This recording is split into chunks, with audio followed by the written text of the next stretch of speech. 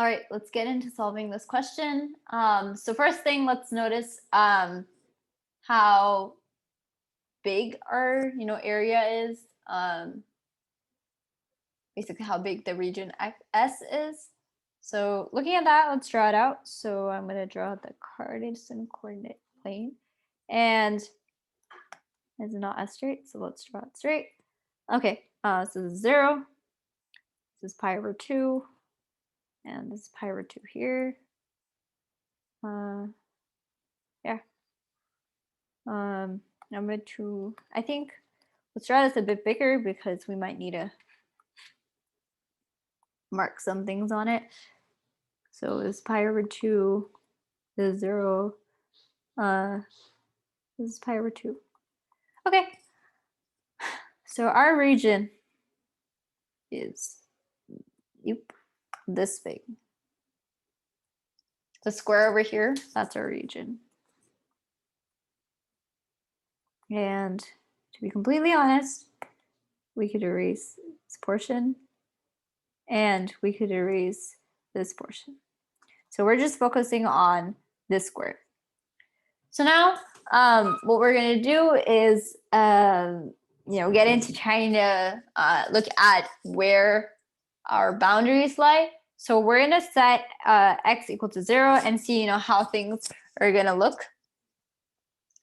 So whatever x equal to 0 is, it's going to be on the y-axis. So setting x equal to 0 would give us sine squared 0 minus sine 0, times sine y plus sine squared y is less than or equal to 3/4.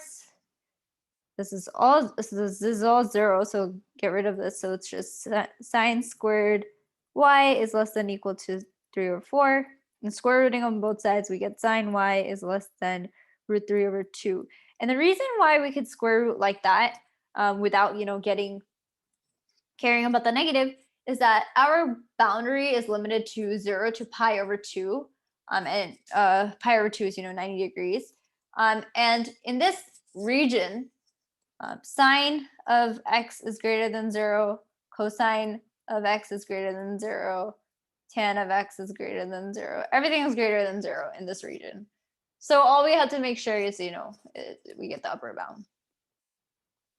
And obviously this means, kind of taking a sine inverse on both sides, you get that because it's less than or equal to pi over 3, which is for 60 degrees. Okay, so let's plot this point, and this would be 1, 2. This is pi over 3. And yeah. Okay, so now let's set y equal to 0. And since this is kind of symmetric, it should get the same values, but I'm just going to try it out one time.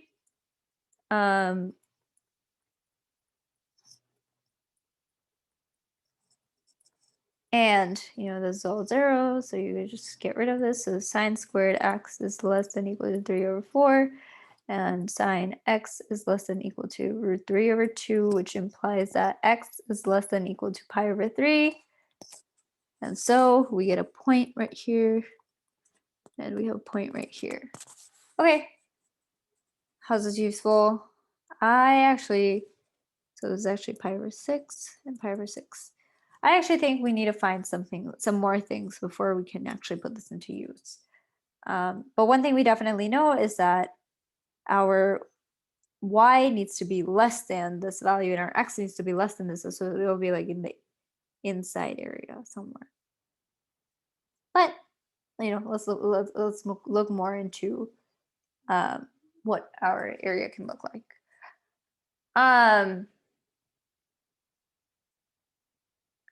So now let's try the other boundaries, x equal to pi over 2, y equal to pi over 2. So let's try that. So x equal to pi over 2. Well, that means that x sine x pi over 2, and it's sine pi over 2 sine y plus sine squared y is less than or equal to 3/4. Well, this is just 1 minus sine yeah, this is just 1 minus sine squared. Sorry, 1 minus sine y plus sine squared y is less than or equal to 3/4. But this is actually just equal to sine squared y minus sine y plus 1/4 is less than or equal to 0. This actually looks kind of interesting because I think I can complete the square. Actually, I can, because I can write this out as sine y minus half less than or equal to 0. What this gets us is that, oh,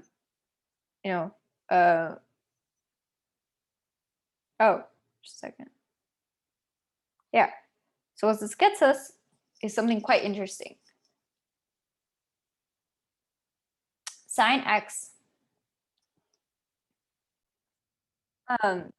we just square root both sides, so we get sine y minus half is less than 0, and sine y is less than equal to half. And as a result, we get that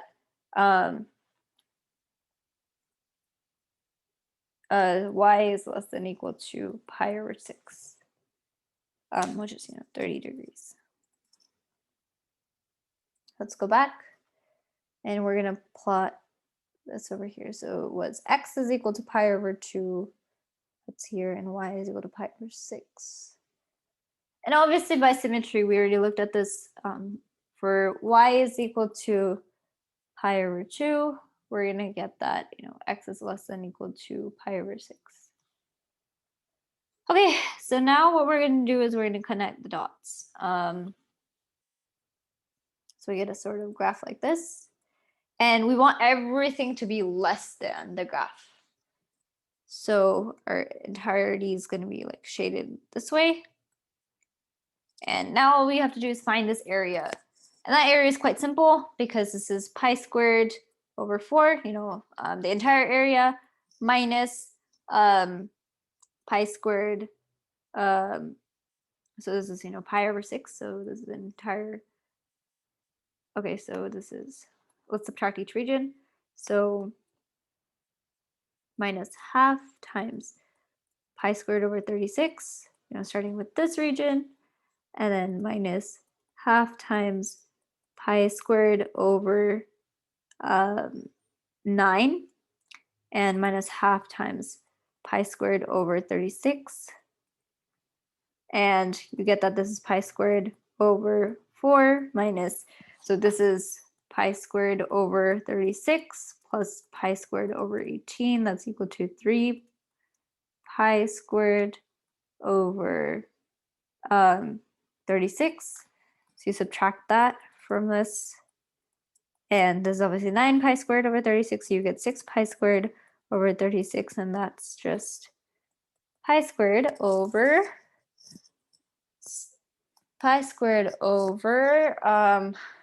6, right? Long problem, we got our answer. So what's important in this problem is that you need to realize to look at each boundary. I think looking at boundaries is really important, and especially when coming to trying to find the set of all points. I think in general, like whether it was the problem that we did right before, any of the graphing problems, we always looked at the boundary to make sure whether those are included or not, whether we can find points that bound our stuff and our areas and things. So I think that's a really important takeaway from this. And yeah, so that's the end of really functions.